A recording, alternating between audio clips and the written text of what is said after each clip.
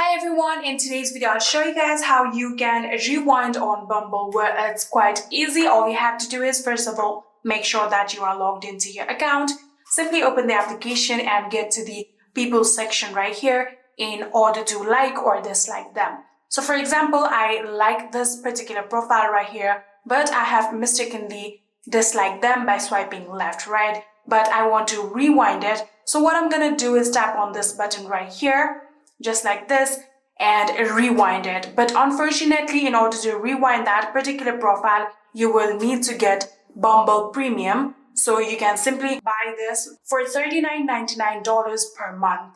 And yeah, if you want to buy the premium version, you can also do that for $69.99. You can also get many other features from it too. And that is it. I hope this video was helpful to you guys. If it was, please do not forget to hit that subscribe button and like our video. Thank you so much for watching. See you in the next.